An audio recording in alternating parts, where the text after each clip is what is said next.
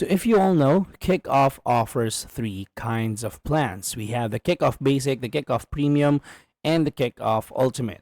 So if you're just starting out, the $5 monthly basic plan is perfect because you get a $750 trade line, no credit check, and monthly reporting to all three major bureaus, Experian, Equifax, and TransUnion.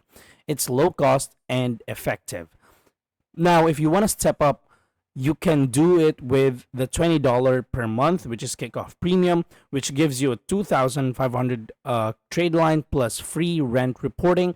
That means you get credit for paying your rent on time, and you also unlock full credit report access from all three bureaus.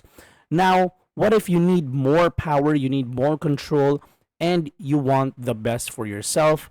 You can get the Kikoff Ultimate at $35 per month, and this one includes a 3,500 Kikoff trade line and rent reporting and a $1 million identity theft insurance and personal data protection. So the best for beginners would be the $5 per month. If you want faster growth and rent reporting, go for premium. If you want full coverage and protection, choose ultimate. So that's all for this video. I hope this video helped you out. This is Josh. I'm going to be seeing you on the next one. Peace out.